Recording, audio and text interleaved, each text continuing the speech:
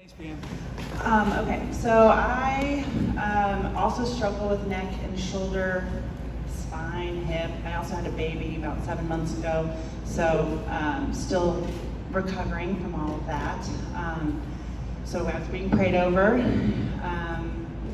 and I could tell that the Lord was starting to kind of contract my abdomen muscles back together. I could feel some warmth over my left shoulder. Still had some pain in areas in my, I've always had like alignment issues too, going to the chiropractor and everything. And as we're sitting there, I was like, just trying to receive prayer and not praying myself. And, but I felt, then we were being led to command like the spirit of tension and stress to be relieved from me. And then we were talking about putting it at the foot of the cross, and Maggie led me to, I want you to physically do it. I think you're supposed to like do the motions with your body of laying it on the cross. And so when she said that, I got the image that the burden, actually I think it was, in Jesus carrying his cross, and it's not always, in the image that I have of Jesus carrying his cross, it's the one pole is tied behind his back. It's not like the full cross that you're carrying like this. It's more like on the back of your cross like this. And so I went behind myself and removed it and laid it on the foot of the cross, and all of a sudden things just started unleashing.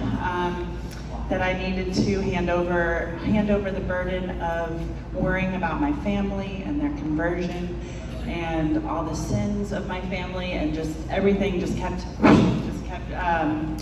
feeling the need to lay it on the foot of the cross, and I just felt pain being released, and then at the very end, we were praying for a very long time. They kept going and were commanding me to be healed, and I was like, Lord, these poor people were hungry. I was like, I'm just going to trust that you're going to continue to heal me, and we can be done now. That's okay. We're good. I'm good. And they're like, so they're like, are you good? And I'm like, yep, I'm good. And